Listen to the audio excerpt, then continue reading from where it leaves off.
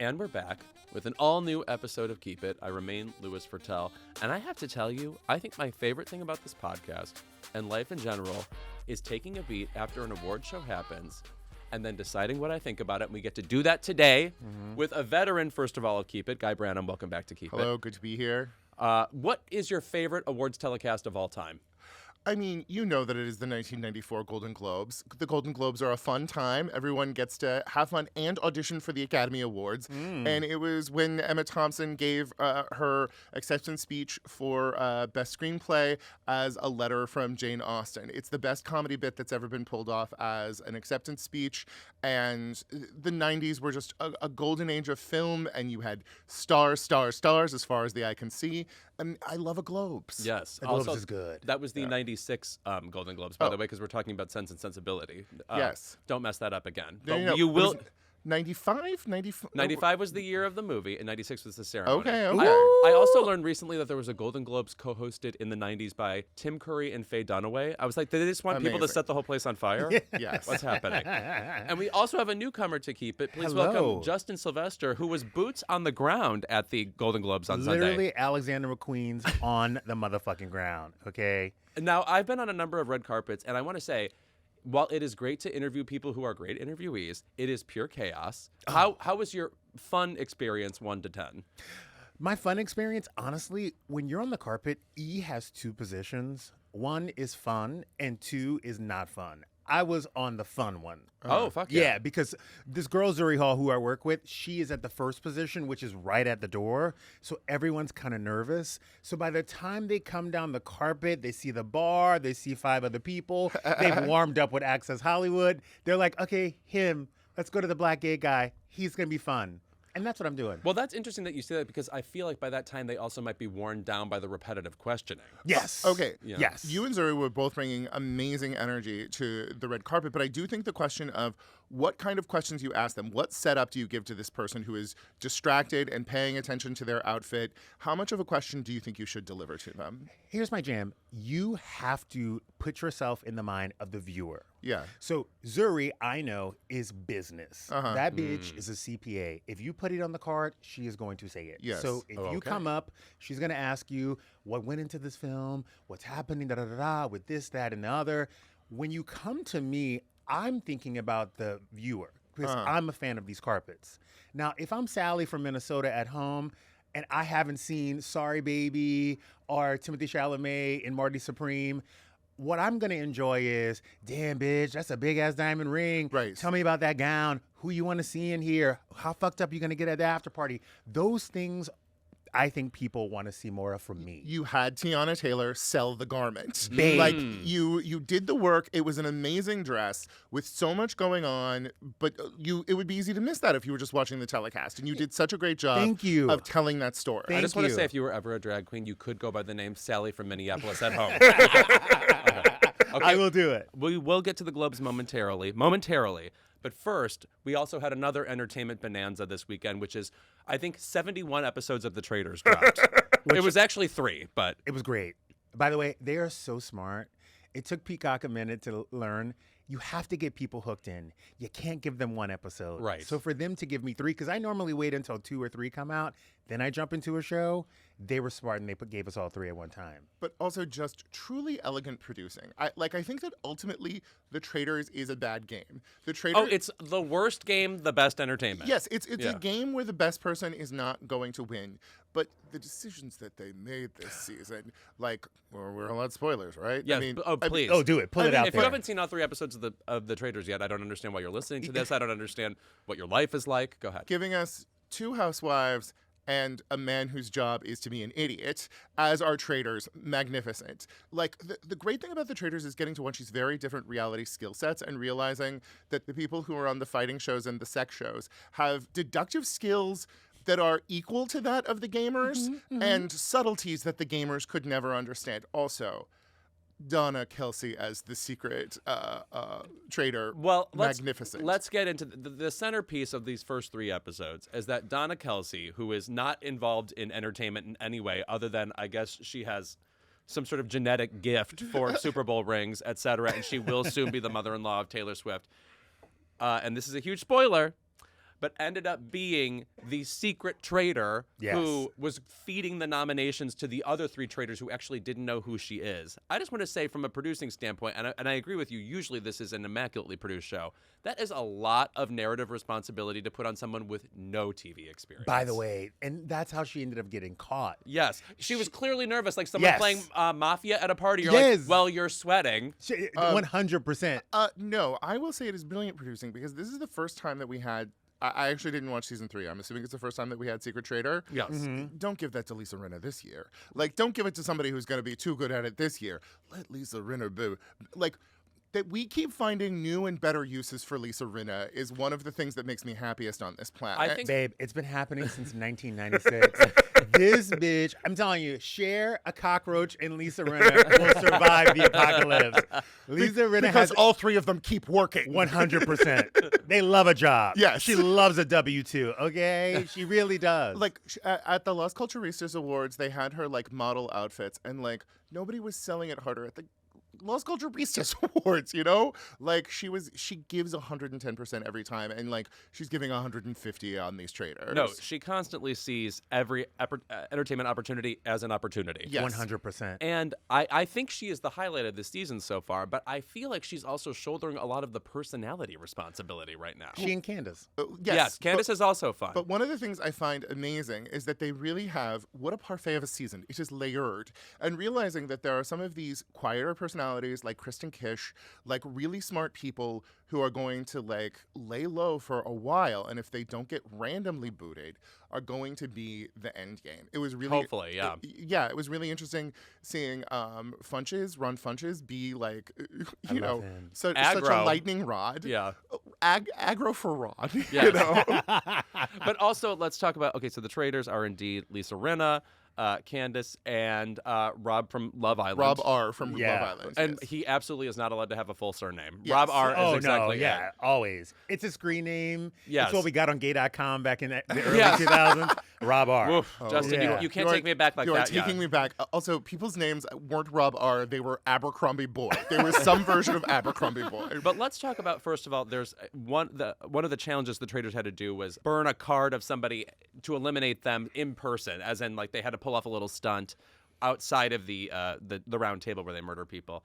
Anyway, to create a distraction, Candace at one point goes, "Let's do a conga line." Ma'am, are you Bugs Bunny? By the way, that is the worst decoy tactic I have ever seen on a reality show. But also, it was so blatant that it kind of worked. It was ridiculous idiocy. She pulled it off. Rob Sesternino, like a guy who has made a business out of analyzing reality shows, immediately smelled what was going on. And that Rob R. from Love Island, was able to instinctually understand, the cards are going to be behind, like, the death picture. Yeah. And understand, we got to get rid of Rob Sesternino because he understands what's going on. Brilliant work from somebody whose job has previously just been not wearing a shirt. Meanwhile, Candace is like, I don't even know who got murdered tonight. Yes. Like, literally, they were like, I don't know. But there's a lot of working trust, and I think that housewives are good at having alliances that do not need to have a huge amount of regular communication. Like, there's a degree of trust involved. You're right. Sorry. Lisa Rinna just voted off Portia. Is there a degree of trust involved? Though I will say this about the Housewives this season. Usually I feel like we're left with somebody who doesn't understand the rules of the game. Yes. And I feel like everybody seems like they were at least briefed, which is exciting. I mean, there are people before who are like, I thought I was on, like, The Bachelor or whatever. I mean, the thing is like, Lisa voting off Portia is, like, Real Housewives also understand how to gang up. And, like, that was a situation where there was a clear gang going after her. She needed to be with the numbers. Like, the way that absolutely everyone at the table, except for Michael Rappaport, I think, voted for Donna Kelsey once it was clear it was Donna Kelsey. Like, even Ron Funches, who was, like, her closest ally. Let's turn to Rappaport. Come on. Also, excuse me. You're telling me this man has, like, wriggled his way in with Housewives fans somehow? Like, people are endeared to this person in the universe. Just because he likes Housewives? Or, like, he's nearish to them or something. He is not 1% watchably fun television. Yes. Somebody did point out that the way he holds a cup is so insane. When he was drinking the water like this, I was like, you're done. Get him out of the house. Like, it is exciting to see a straight man be shrill. Yes. You know, it's so rare. Because the TV show Shrill wasn't even that shrill. I think Michael does not know how to handle awkward silences. Yes. I think when it's TV, when you're there and you haven't done reality TV before, he watches Housewives. He thinks that there has to be a fight every 5 seconds. So he is doing what he thinks, and he's like an actor. Yes. He's doing what he thinks, reality TV would want. He's an actor. He's adding energy to what he thinks the text is.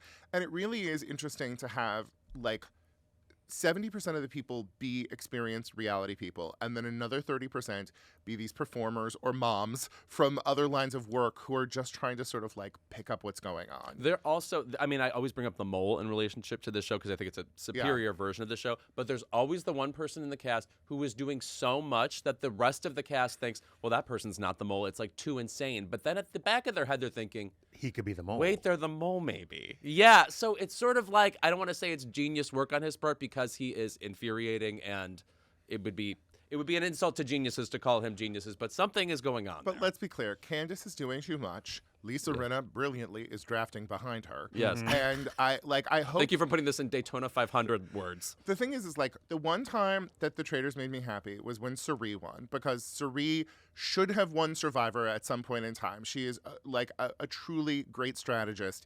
And if Lisa Rinna is able to make it from starting Traitor all the way to the end, I will be so happy for her and Harry ultimately. We're always happy for Harry. Before I got into E, I worked for Kyle Richards for 5 years. Oh, wow. Seriously? Yeah, worked for her for 5 years. We're going to have a conversation after the mics are off. Yeah. And I remember meeting Lisa Rinna on season 1 of Housewives, because we used to have this big white party every year. Lisa Rinna came, and I was like, fuck, I think Lisa Rinna would be a great housewife. Yeah. Like, you guys should get Lisa Rinna on. Yeah. And she was like, you think she would do it? I'm like, I think Lisa Rinna would be down for it.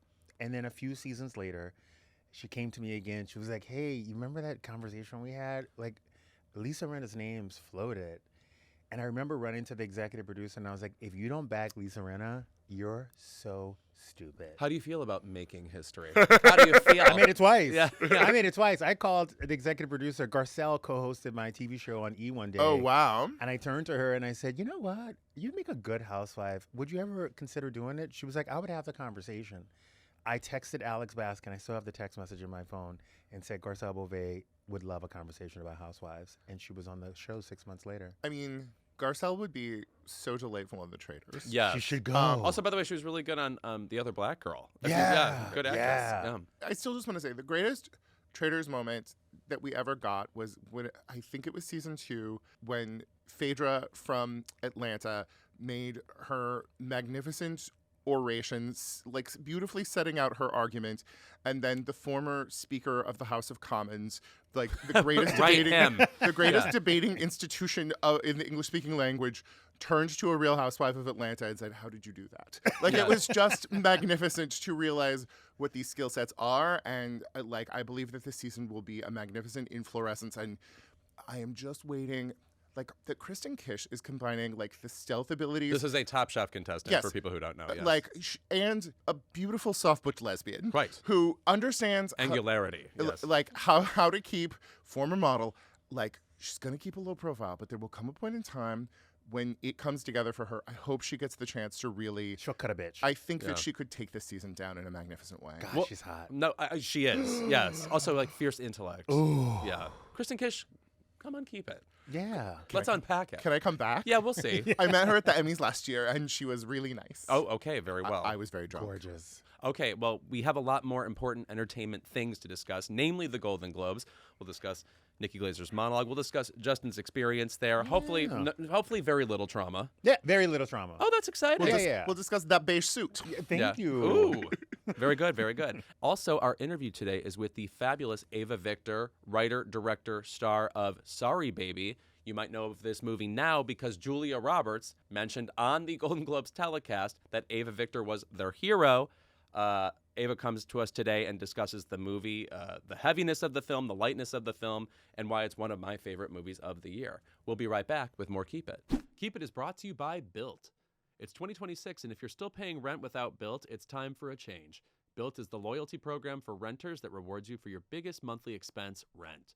With Built, every rent payment earns you points that can be used towards flights, hotels, Lyft rides, Amazon.com purchases, and so much more. And here's something I'm really excited about. Starting in February, Built members can earn points on mortgage payments for the first time. Soon, you'll be able to get rewarded wherever you live and unlock exclusive benefits with more than 45,000 restaurants, fitness studios, pharmacies, and other neighborhood partners. Well, guess what's also exciting? You can redeem Built points for Barry's bootcamp classes and Lyft rides, which is, I believe, my entire life. So there's nothing left to me that Built can't save.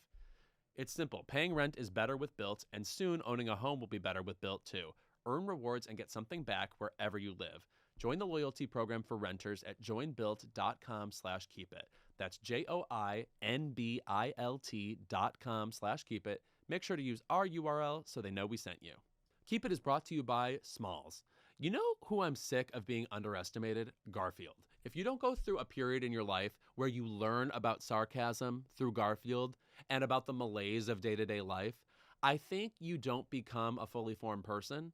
And I want to be clear, Garfield is still in the papers. He's still talking about lasagna. He's still sending Nirmal to Abu Dhabi. But if Garfield were my cat, he would be teaching me about sarcasm every day. And also, I would be feeding him Smalls.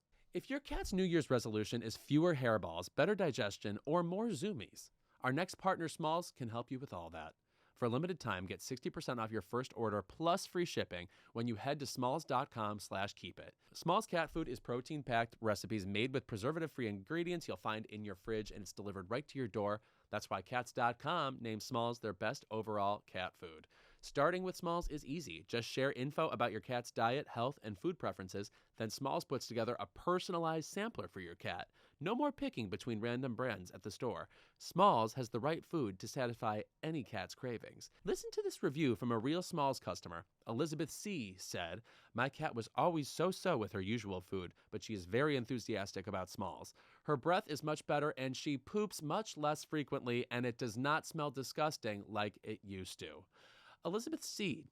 Liz Fair's real name is Elizabeth Clark Fair. If this is Liz Fair, please speak up. It feels like every category has gotten a health or wellness makeover over the years, except cat food. Smalls is the modern update cat owners have been waiting for.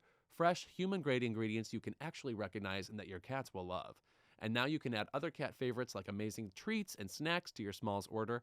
After switching to Smalls, 88% of cat owners reported overall health improvements. That's a big deal. The team at Smalls is so confident your cat will love their product that you can try it risk-free. That means they will refund you if your cat won't eat their food.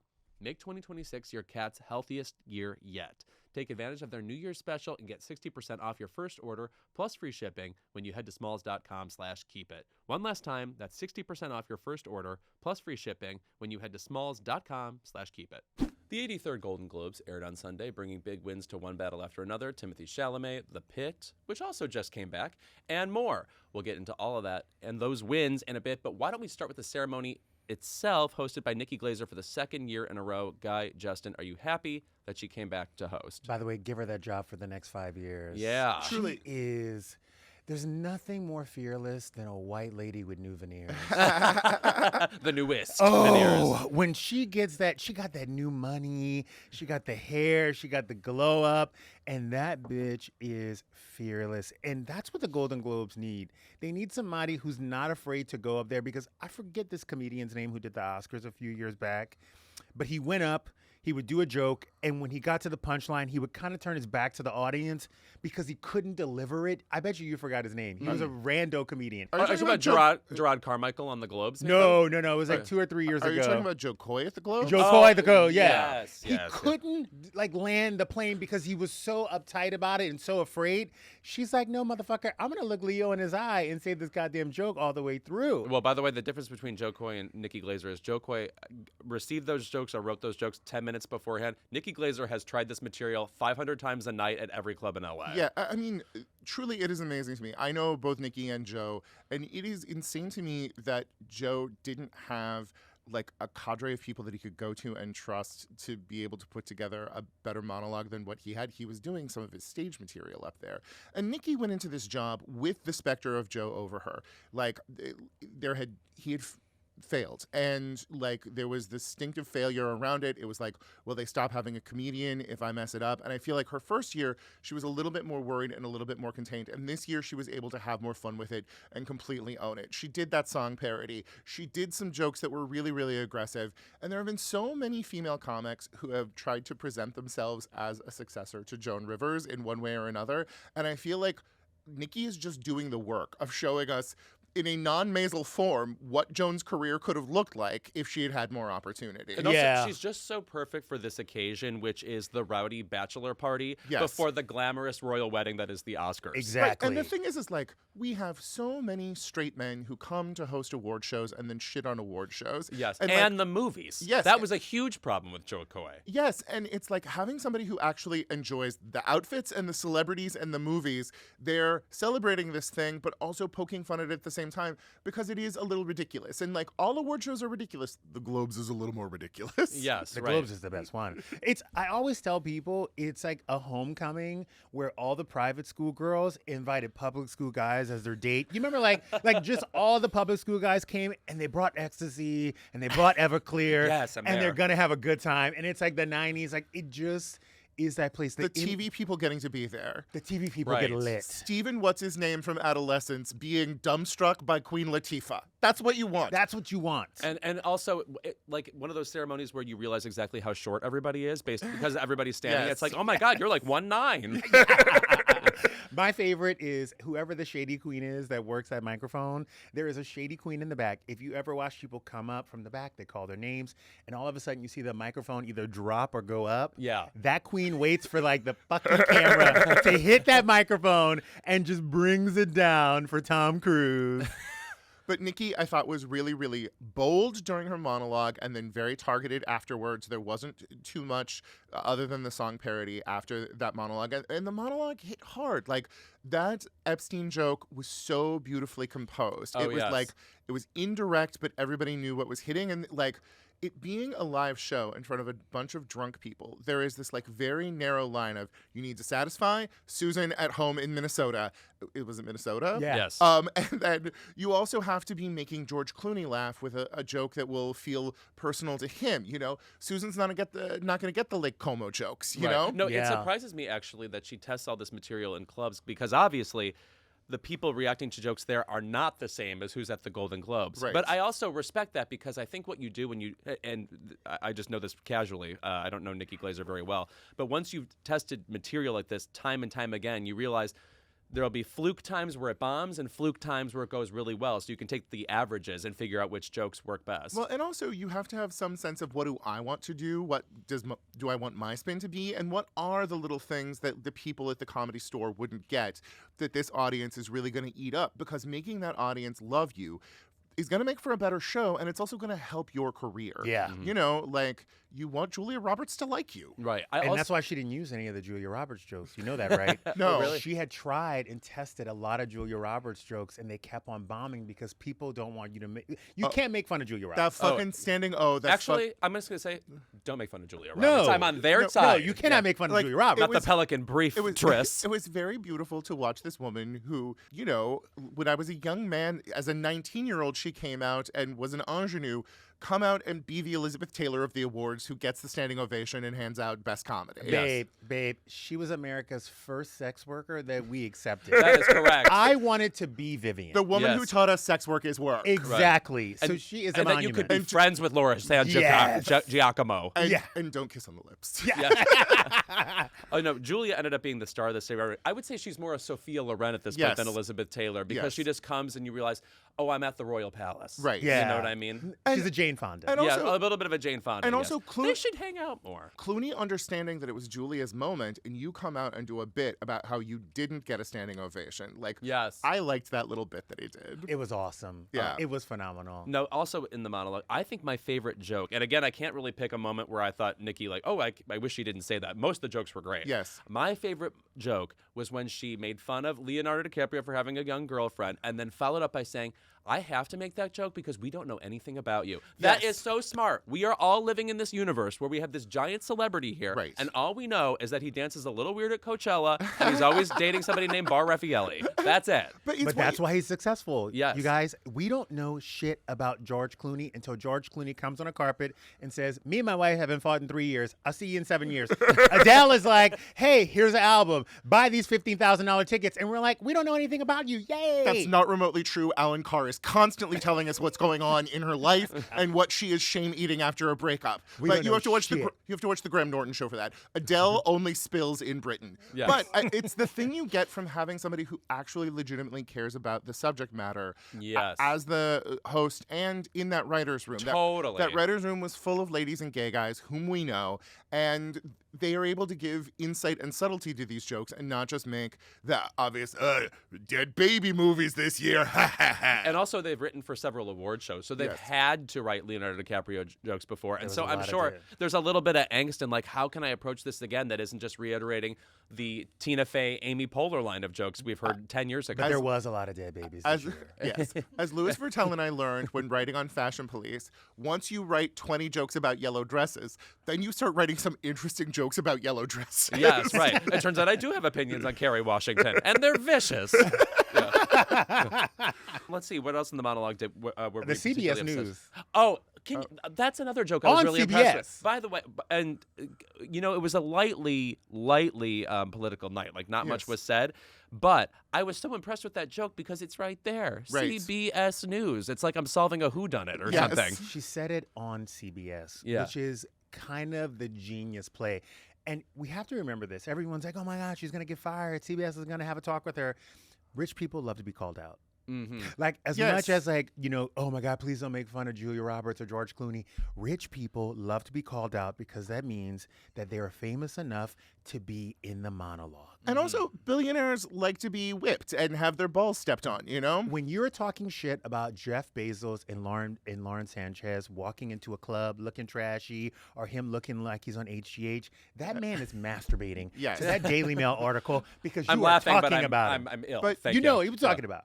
I want to say that CBS joke is reflective of Nikki as a woman achieving a place of respect where she can like take her position for granted, but also still doing the work, still understanding that she needs to prove herself. Like, and the like ultimate expression of that was Wanda Sykes showing up there. Oh, like yes. Wanda Sykes, who is the comedian that all of these like straight male dude comedians in their 60s think they are, like who really still writes jokes and is amazingly funny, but doing that bit where she like made what's his name Not Bill Maher or Ricky Gervais. like she accepted for Ricky Gervais and thanked God and trans people. Guys, that Like, bit was beyond good. It- Was yes. next level. That room was electrified by that moment. Wanda Sykes, in her own way, is obviously a superstar comedian. Yes. But and by the way, has hosted the Oscars before. Yes.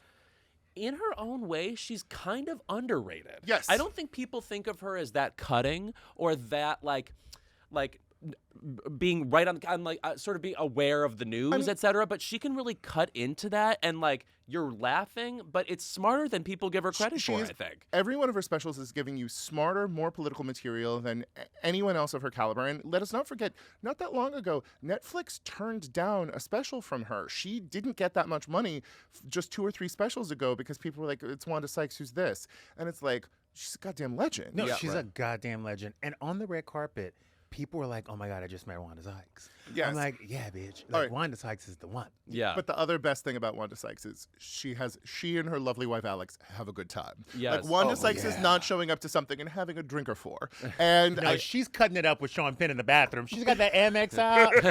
She's like, Julia, you Oh, want that a is line? diced. Oh, yeah. No clumps in that. She's like, who brought this baby powder? Speaking of Sean Penn, by the way, I do think it is important at every award ceremony that we make fun of how one guy looks. And I'm so glad Sean Penn came up looking like, at the end. would you like to quote your tweet, Lewis? Sure, I'll start with that, which is Sean Penn has been electrocuted every day of his life since 1981.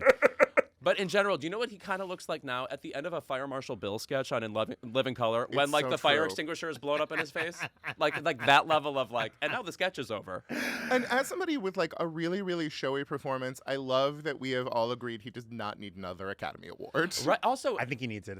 Well, it's interesting because early think he on I needs thought it. he was going to win, and Yes. now it's like completely faded from possibility. Yeah, but if you win the Golden Globe, you don't win the Academy Award. You think so? Yes. Even in the supporting If category? you look at the Critics' Choice, the Critics' Choice kind of gives you like kind of the overview of what's going to happen at the Oscars because the critics take themselves seriously. The Academy takes themselves seriously. Golden Globes is a party. It's about giving your best friend who did the best work that year the award. And they kind of have different voting categories. I think since the voting body changed on the Golden Globes, it's not a good predictor in the same way. They added 2 black people? Is that what you're talking about? Well, that's what I was going to say also about the Golden Globes in terms of the awards rollout. The Golden Globes used to be dependably racist, Yes. and now I don't know what we depend on them The for. thing is their job used to be hoary. Their job used to be, oh, Sharon Stone sent us all Cartier watches. I guess she's getting a Golden Globe. And now they're like trying to be responsible and more international, and they seem to be like highlighting like films, like international films that aren't going to get awards other places. And I'm like, I don't know if this like is the useful. Secret Agent, babe. et cetera. Yeah, No, I'm babe, still no. here last No, year no. for Fernanda Torres. Here's what the Globes is useful for. The Globes is useful to provide us with 2 nominees for Best Actor and Best Actress and allow them to duke it out high school debate style by each giving their own cute little speech. And I truly think that Jessie Buckley and Rose Byrne were neck and neck. Rose looked amazing, and she had she was befuddled, and then she gave us the Bobby Cannavale is at a reptile expo. It was cute and relatable. Excuse me, let me do the impression. It is.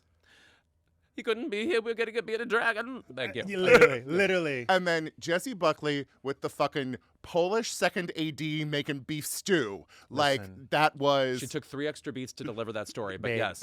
babe, give it to Rose Byrne all day. Rose Byrne, did you see the movie? I saw the yes. movie, and also she's my coworker. I have to want her They to are on win. platonic together. Rose Byrne in this movie, and I love Jessie Buckley, and Hamnet was great, and like whatever. And I know the Oscars are going to give it to her because they love an ingenue. They love an ingenue.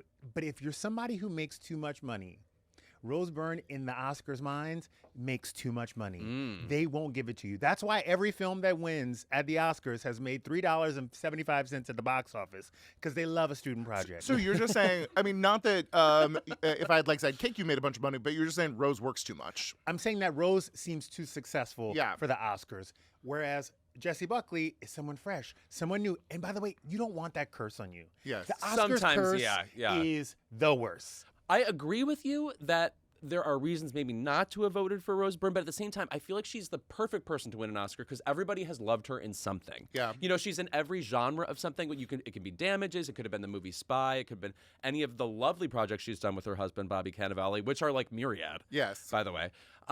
So I feel like everyone kind of has an in with her. That said, Jessie Buckley has the advantage of, we've nominated her once before. It feels like somebody who should win an Oscar. She's in the traditional mold of an Oscar winner. Here's the jam. You have to, if you're nominated for an Oscar, it becomes your job. Yeah. To go to every party. That's why Yes. Laura Dern is at the opening of everything. Yeah. And she thanks the Academy. Even if she's dying, she's like, I just want to thank the Academy before I leave. Rose Byrne does not have the time. Rose Byrne has projects, a husband. She got kids. Yeah. She got a life. Like, Yeah. she's got to change her tampon every fucking 4 hours. She ain't got time for anything. And what's sad is it becomes this shaking hands project of how many screenings can you go to? Yeah. Can you get to the opening of the new toilet at the Academy Museum? And that's the fucked up part of the Oscars. But if I was Oscar nominated, babe, I would live at the Academy. I think also maybe she would have a better chance if she were in supporting because I feel like her career resembles a little bit Allison Janney, who Yeah. stomped to victory that year and also was the most employed person of all time. Who else was in that movie?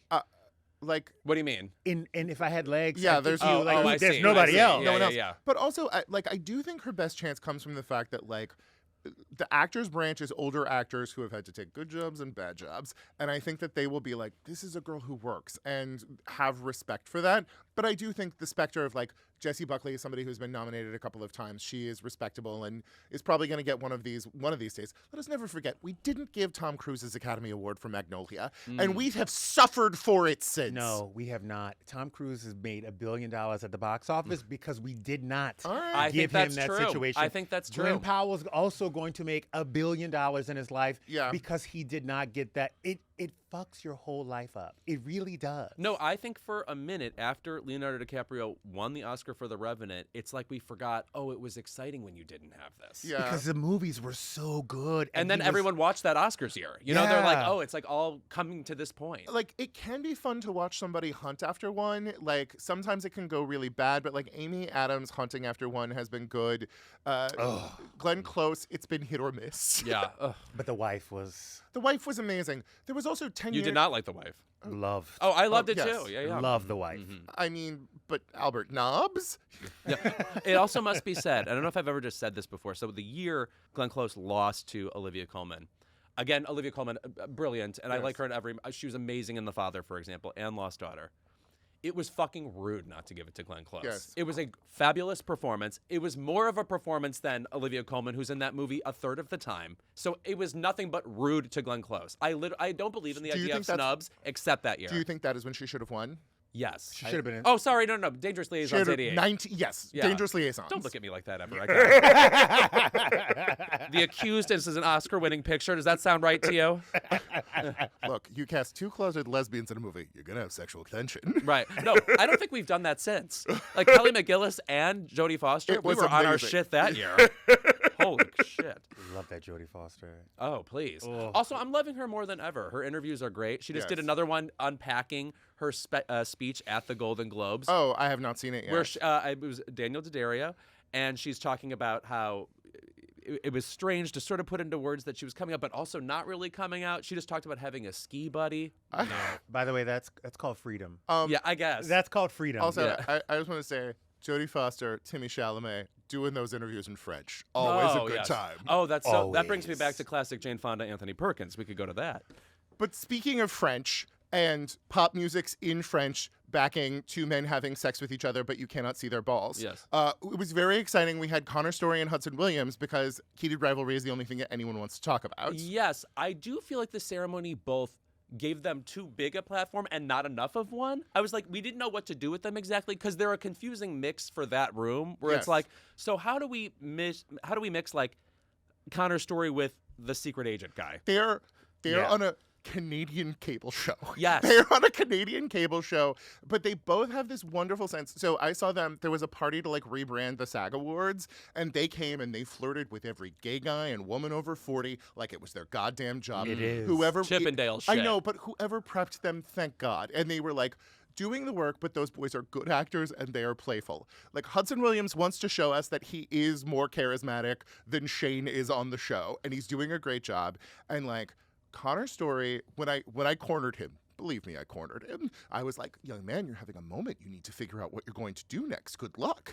I love how you're like the fairy godmother in fucking Cinderella. Celeste By the way- Holm, of course. Okay, That's no, fucked up. no, Like, what a martini just in a his moment, hand. just a moment. Louis Virtel is a person who approached me at Akbar nigh on a decade ago and Yes. essentially said, "Will you be my aunt?" Yeah. What are you doing? Reproaching me for being an aunt I to was other not young It was men. not a rapprochement. Will you be my aunt? And by the way, I was right. Hudson plays Shane. I get them confused. Yes. I think that Hudson is going to be an Oscar-nominated actor. I Uh-huh. think he's going to do that. I think the other one, who's way more charismatic, Yes. way more into interviews, is going to be the Jewel. She's going to be Lady Bridgerton. She's going to be everywhere. She's going to be on every show. She's going Yes. to do everything. She's the personality. That other one is the business. Well, I Okay. also think they are battling each other internally. Like this is the heated rivalry that none of us are seeing to get on the White Lotus first. Oh. That's where they belong. That's very exciting. Because they both play up a sinisterness and a sexuality that, by the way, we don't have in other TV shows But- because TV is not sexy anymore. No, you want to know who I think is going to be the business? Francois Arnault, the guy who plays Scott. Yes. Because like all of this attention is going at Connor Story and Hudson Williams, and I think Francois Arnault is just going to book. Well, the second book is about his character. Yes. So season 2 is going to be about him. Oh, okay. Yeah, so he's going to have like About Francois. about Francois. Yeah, Scott and Kip. Scott and Kip are the second book, so shit's about to get real for them. I mean, like we've never had barista core television before, Yes. and so I'm still reeling from the sexuality of that. But that's actually an interesting strategy because if you did have a lower commitment from Connor Story and Hudson Williams, it would free them up to go do other projects. And being able to balance that is so hard for these kids who have like a big moment and then they want to get away from the show that made them. And Euphoria. Bridgerton, you know, it like tore Bridgerton apart. Like, but look, you got to be careful who you're trying to get away from. Yes. You know what I mean? Like, you got to know who, like, when they say 7 years with the devil, they mean 7 years with the devil. Like, if you got a shady queen who's like, no, you're here for 7 years, or if you have somebody who's like, let's figure it out. Let's work it out. Let's see if we can make it work. Like, you have to be really specific and really careful who you sign that 7-year contract with. would just never get on Shonda Rhimes' bad side. Right. Right. Start with a Genji Cohen or something. Okay. Literally. I do not want to fight Shonda. No. Yeah. Oh, please. No, she could be anywhere at any time. Please. I'd rather She's like fight the wind. Gail. I'd rather fight Gail live on CBS.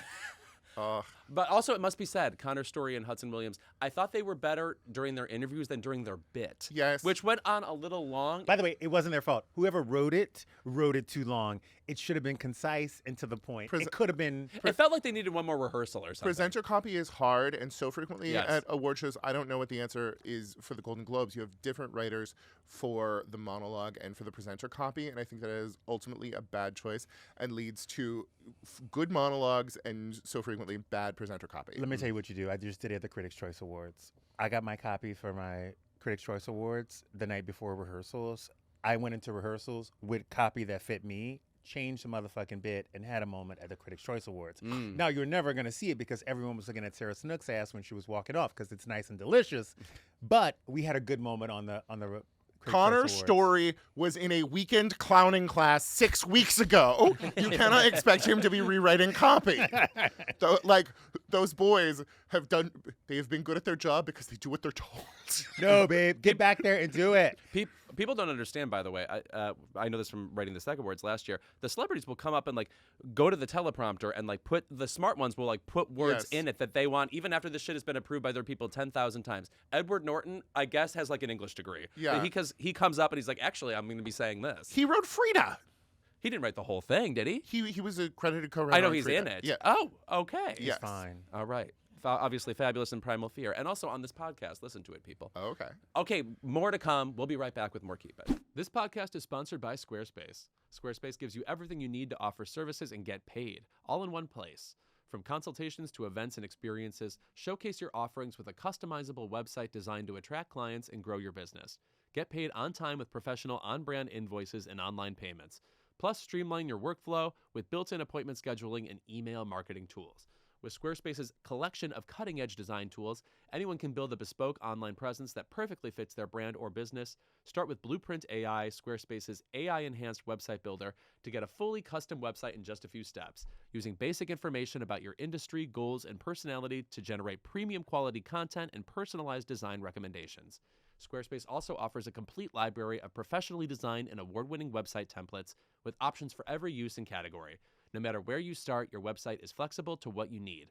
With intuitive drag and drop editing, beautiful styling options, unrivaled visual design effects, on-brand AI content, and more ways to list what you offer, no experience required. Once you've built your website, get discovered fast with integrated Squarespace SEO tools. Every website is optimized to be indexed with meta descriptions, an auto-generated sitemap, and more so you show up more often on search engines and bring in more of your ideal customers. Head to squarespace.com for a free trial, and when you're ready to launch, go to squarespace.com/keepit to save 10% off your first purchase of a website or domain. That's squarespace.com/keepit. Keep It is brought to you by Nutrafol. Resolutions come and go, but growth, real, lasting growth, takes time. That's why I love that Nutrafol isn't promising a miracle in 30 days. They're here to help you grow your hair and confidence from within, one day at a time. Nutrafol is the #1 dermatologist-recommended hair growth supplement brand, trusted by over 1.5 million people. Nutrafol has multiple formulations designed to target the many root causes of thinning, like stress and hormones, as they evolve throughout different life stages and lifestyles, such as from post-childbirth to menopause, giving your body what it needs to grow. Nutrafol's supplements are peer-reviewed, NSF content certified, and clinically tested to measure results in growth, quality, and strength, helping you reach your hair goals with confidence. See thicker, stronger, faster-growing hair with less shedding in just 3 to 6 months with Nutrafol. For a limited time, Nutrafol is offering our listeners $10 off your first month subscription and free shipping when you go to Nutrafol.com and enter promo code KEEPIT.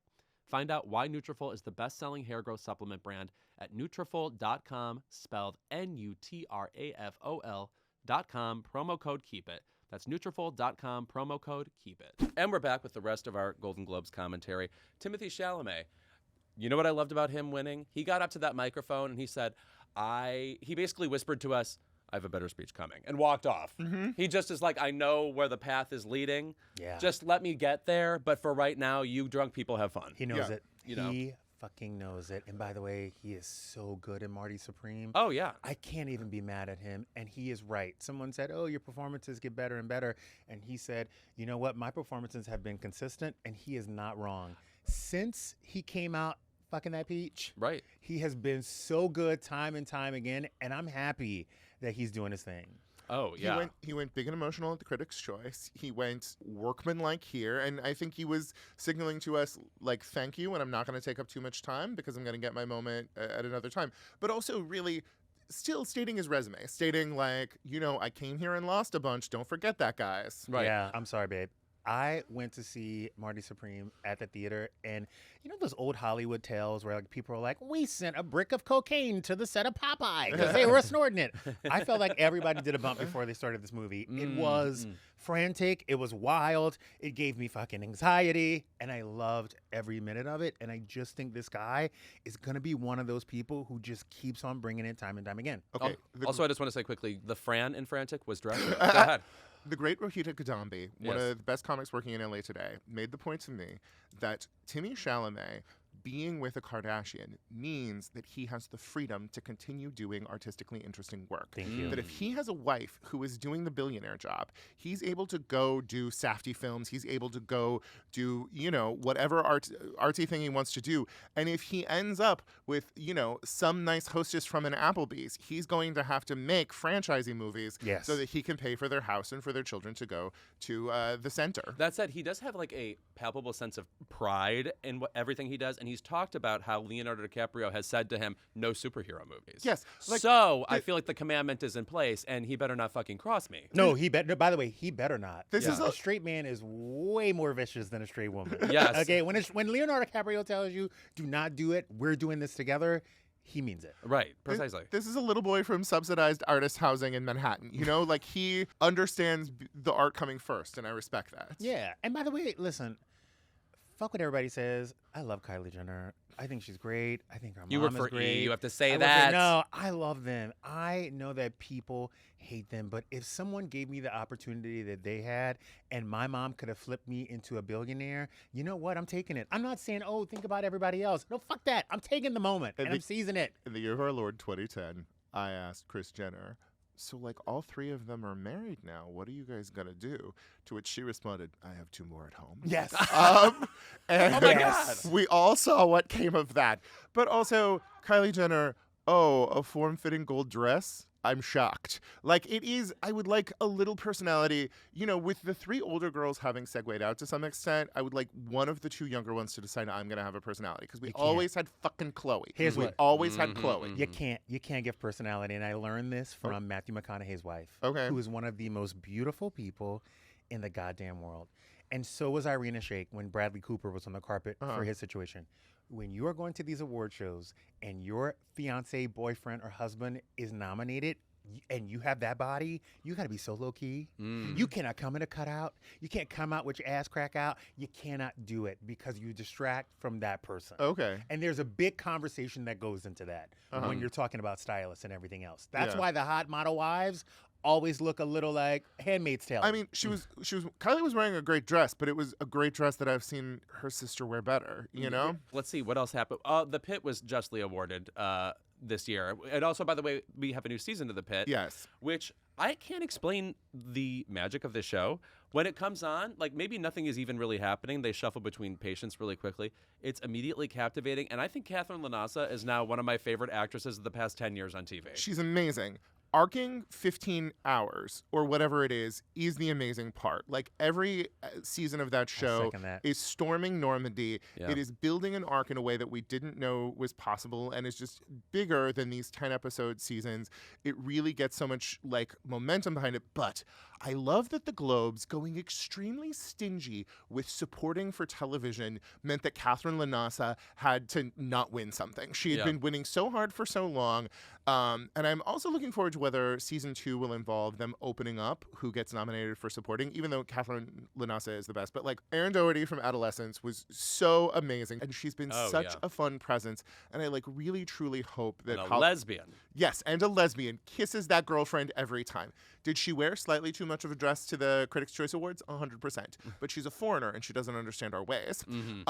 But like I'm so excited to see what Hollywood does with her. Yeah. But it also must be said, like, I feel like TV actors must feel fucking crazy at the Globes. Because first of all, the Emmys are fully in September. Like, they're 4 months ago. So, like, the dust has settled on a lot of these TV shows. I don't know if they're even craving another award or whatever, but they are very much the sideshow to what people are really watching at the Golden Globes. So I'm wondering I'm hoping it's a joyous occasion for everybody, but it is shocking when you're watching the ceremony how much of it is TV and how much you will not remember who wins on a TV show afterwards. It is a mingle situation, but it is also a different game for somebody who is in prestige limited television. Erin Doherty, or what's her name, who played Princess Margaret the first 2 seasons of The Crown. Vanessa Kirby. Vanessa Kirby. They are there to meet people to get into that next project. And I really hope that everyone from Adolescence was fucking, making connections. No. They were, by the way, they were bumping, airdropping contacts. Yes. Because they were doing all of it. The guys from The Pit, they're busy. The guys from The Pit have to make 15 episodes of television. Yeah. They're not booking a movie. No. The one thing I will say, I think the only people that it's hard for are the people who won the previous year who are going up against newbies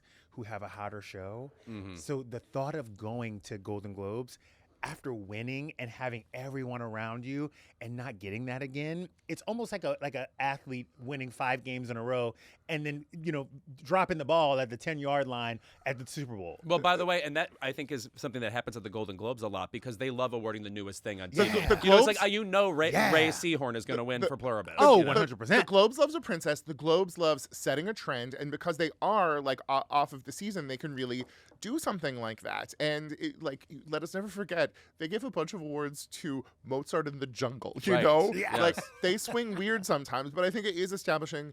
I think Ray Seahorn is going to be picking up an Emmy for the next 4 or 5 years. Yeah. You know? I'll say 1 or 2. It's an explosive beginning. When a show begins that explosively, I feel like it peters out quickly in the awards. It's like The Bear. Yes. Like The Bear was like, oh my God. Season 1 and 2, and then 3 and 4, you were like, wait, what? Yeah. And I also fucking love her. Also, she should be in action movies. But she's 54 years old and looks insane. There is also something interesting about the fact that seasons don't work like seasons anymore, and the studio has been cleaning up, but they're not going to have a studio ready for next year's Emmys. Right. Yeah. So it does sort of open things up.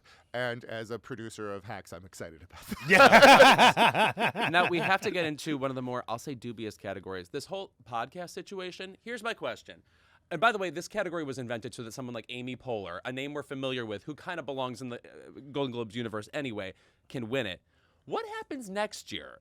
Can you nominate the same shows? Yeah. Does it have to be all new shows? No. What pool is available then? I mean, I feel like they were it's the Globes. They are ultimately slutty, and they just wanted the most famous people there. They made some gestures with the Mel Robbins thing, but would it kill us to have Georgia Harstark and Karen Kilgariff? To have some people who feel podcasty. Yeah. And for real, no, they want stars. Without being Nazis. Without being Nazis. No, right. Yeah. They want stars. Okay. That's what they want. And they knew, I bet you, I'm calling it right now, in the next 10 years, there's going to be a reality TV category. Oh, yeah. It's weird to me that we have a podcast thing and not a reality TV category. I mean, that is very strange. It's coming because all the stars, all the celebrities, all they want to talk about is reality TV. They love the Mormon Wives. They love Angie K. They want to be near them. They want to see them in person. It's this weird thing. So I think the Golden Globes, because they like that star power and they love a petting zoo, they're going to put them in Having to explain to someone why Maura Higgins was there and why Maura Higgins was wearing that much cape or shawl. I do like that they use these moments to sort of put people out there and give them a TV moment. Yeah. Also, you're right. I've never really thought about it, but we're in this world right now where the thing to bring up to be relatable is the reality TV you stand. Yeah. You know what I mean? The Andy Cohen universe is dependent on someone like Julia Roberts dropping in and be like, this is my favorite housewife. I can do this Housewives monologue. He's our greatest journalist. by the way. Oh, it seems so obvious the way you put it. Yes, right. Yes, he's our Barbara Walters. Yeah, I mean, he really does. He gets people to say things that no one else will. Do I think he is a good person? No. One low light of the ceremony was Sinners winning whatever the box office award is. I love an award where you win it and then you immediately feel insulted. Like, oh, my Yeah. movie matters because it made money. Like, you're secretly applauding the audience and not the film. Yeah. I mean, I think if nothing else, if the Globes presents 2 nominees to be Best Actor and Best Actress, it's now presenting 3 nominees to be Best Picture. We had One Battle After Another, we had Hamnet, and then also Sinners had that moment.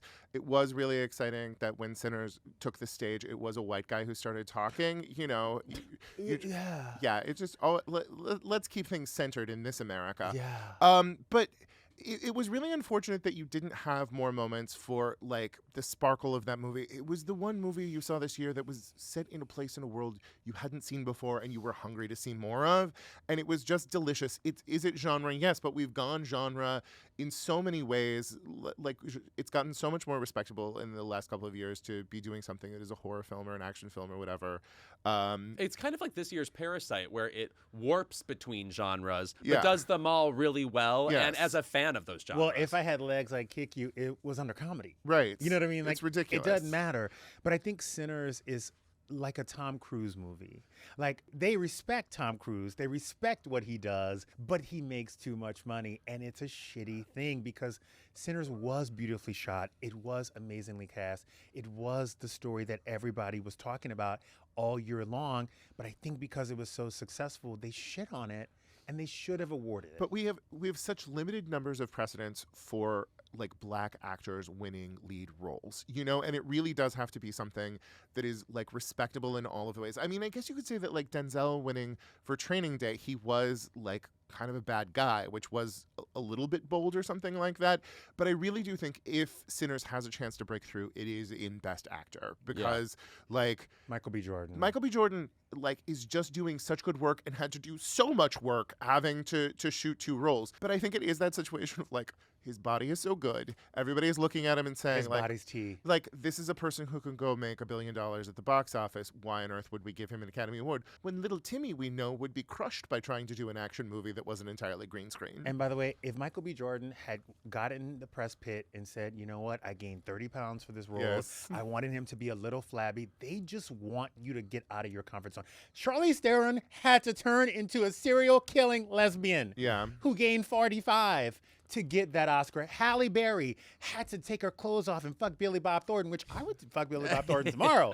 But That's however, such an interesting movie, by the way. That should be Yes. discussed such more. an interesting movie. Heath Ledger. But they just wanted him to do that, and that's the crazy part is he didn't even need to do that. I'm a little mad that Michael B. Jordan. Wait, did he win a Critics' Choice? No. Oh, okay. I think maybe he could win the SAG, and I would really be excited if he wins the SAG and gets the opportunity. Like against Timothée Chalamet? Yes. could. No, He no could. way. No way. I don't think there's going to be a sweep. Okay. You don't for Timothée I don't think Chalamet. there's going to be a sweep for Timothée Chalamet. I think that Michael B. Jordan has a chance to do And it. I think if he has a chance, it is with other actors. Yes. I think Timothée Chalamet is going to be all elbows all the way up to the final winner's podium. Okay. I must say about Michael B. Jordan, where I am with him is it's crazy we're still waiting for his first Oscar nomination. Yeah. I mean, it's just when you bring up Training Day, I mean that to me is also like a culmination of like all the various Denzels we had gotten and all the awardable roles No, he but had also given him. like black nominations in lead categories is always ridiculous. Yes. Like, I mean, I'm sure you know the year when we got our first 2-time black nominee for Best Actress, right? Oh, like is that Viola like 2 years ago? Yes. Yes. Truly, there are 2 black women who have 2 nominations for Best Actress, and it's Viola and Cynthia Erivo and nobody else. And then she Right. went into supporting and finally got the Oscar. Yes. Right. And the thing is like, it really is, we've given 2 Academy Awards to black men for Best Actor, and they are Denzel Washington and Sidney Poitier. And it is essentially And Will Smith. like, oh God, I forgot. Yeah. I was Yeah. going to Another say, culmination. We Yeah. deleted that. no, but the thing is like stuff like that is good Yeah. because it means you don't have to be the greatest actor of your generation to do it. No, you just have to wait the perfect time. Will Smith had, again, it's kind of like Michael B. Jordan, minus a slap. But they started off on these hit shows and they keep on moving and moving and yeah. doing these critically acclaimed box office numbers that they wait for you to get to a place like the fact that Will Smith did not win an Oscar for what's the movie Pursuit of Happiness? Yeah.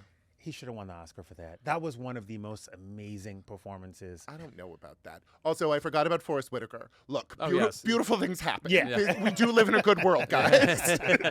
But Michael B. Jordan, it's coming from Michael B. Jordan. It's unfortunate that it wasn't this movie, but it's going to come from Michael B. Jordan. He's on the track where it will happen. I mean, I don't want to say it will happen. It feels like it'll happen. I don't even want it to happen for him right now. I do not want him to have the curse. I'm sorry. I don't want him to have it. It's gonna be a mask moonstruck. It's gonna be one of those situations where somebody doesn't win for the thing that they should have won for, and then you have to give it to them. It's gonna be, that Sandra Bullock won the Oscar for the wrong movie first, and then Gravity came out. Is truly that was the punishment. Now you're in a Gravity? Get out. We have a Cate Blanchett now. We'll never see you again. Yes. By the way, remember the movie Moonlight? Yes. Oh, yes. Where's that guy? Yes. I mean, truly. You're asking like Moonlight was the guy himself. Where's Moonlight? Where's Where Moonlight? is he? Where's Moonlight? Where's Moonlight?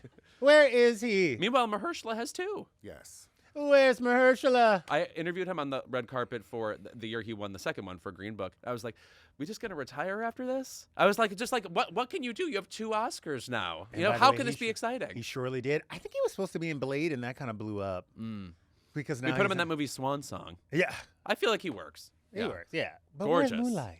Yeah. Okay, that's the essay question for viewers at home. I feel like the surest thing going into the Oscars season is that Best Director will be Paul Thomas Anderson. Yeah. That is the most crowning, and by the way, he never feels like an overdog to me because, by the way, this is somebody who spent his time making a 3-hour movie based on the songs of Amy Mann once upon a time. And also, by the way, Best Picture. Is it your favorite movie of the year? Yeah. By far my favorite movie of the year. I was very entertained. I don't know if I would call it my favorite movie of the year. I loved Hamnet so much. Yeah. And, I really think one of the best things he has going for him is that Chloe Zhao already won a Best Director. Correct. And so, there's no reason to award Hamnet as picture or director because, she feels taken care of, even though I liked that movie so much more than One Battle After Another. But I also think One Battle After Another is political. The awards were not particularly political. People weren't talking about stuff. But I think giving the awards to One Battle After Another is really talking about you see what's happening. Resistance against fascism, Yeah. You know what I like about Paul Thomas Anderson? And by the way, his movies routinely have nothing in common. It's hard to actually talk comprehensively about what they all, quote unquote, do. But every his wife's Dionne Warwick impression. That's yeah. what you like about Paul Thomas Anderson. Her Star Spangled Banner, please. No, every character in his movies could be their own movie. Yes. If you look at Phantom Thread, all 3 of those people could have been their own movie. Everybody in Boogie Nights could have been their own movie, and I feel that way about this movie, which is one of the few movies of his where lots of different people are getting awards attention. Yeah. Well, it's crazy. Regina Hall is one of my favorite actresses of all time. Yes. And the fact that this man walked from his house to her house and met her in the garden. Did you hear this story? Yes. Yeah. And offered her the role and gave her a chance. We're talking about Brenda from Scary Movie. Is now in talks to be an Oscar-nominated actress. That is where the genius of P.T. Anderson comes in, where he sees somebody and says, I know exactly what to do with you. He sees Tiana Taylor and says, you know what, you're going to be in 5 minutes, 10 minutes of the movie, but your character's going to string along the whole way. You can feel her in there. He's just really good at putting people together. And like you said, Boogie Nights, you couldn't fuck with the casting of that movie. No.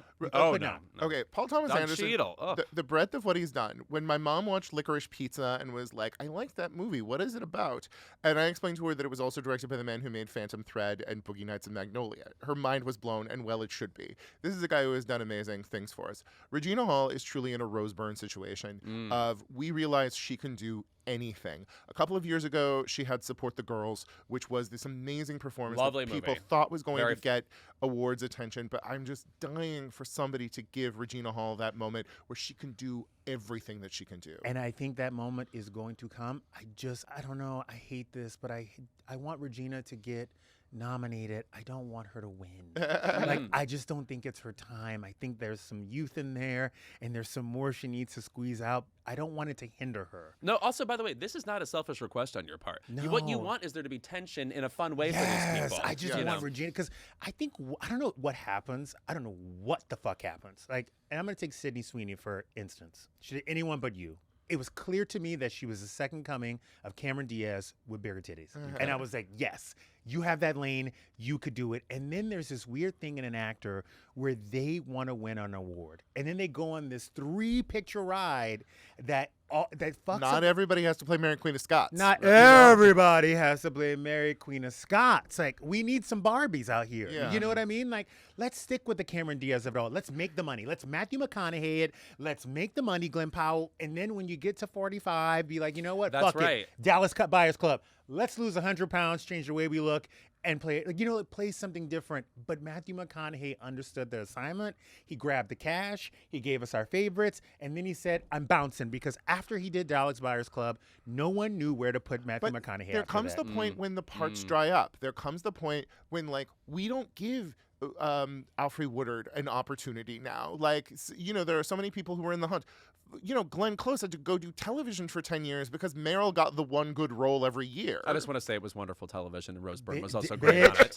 Damages was a gift from God to Glenn Close. Yes.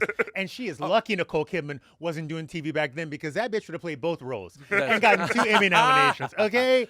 But they need to. Glenn Close gave us all those moments because she was still chasing it and because she could. Had Glenn Close won that Oscar that year, we would have never had Damages. I agree that there is still a fun tension about Glenn Close. Yes. And that, like, even the roles. By the way, she's had a phenomenal last decade. Yes. You know, 3 Oscar nominations, lots of interesting smaller roles in between. I loved her in the new Knives Out movie, and I think a part of that is about not winning. Yeah, you know, I hate it, and I hate it for Michael B. Jordan.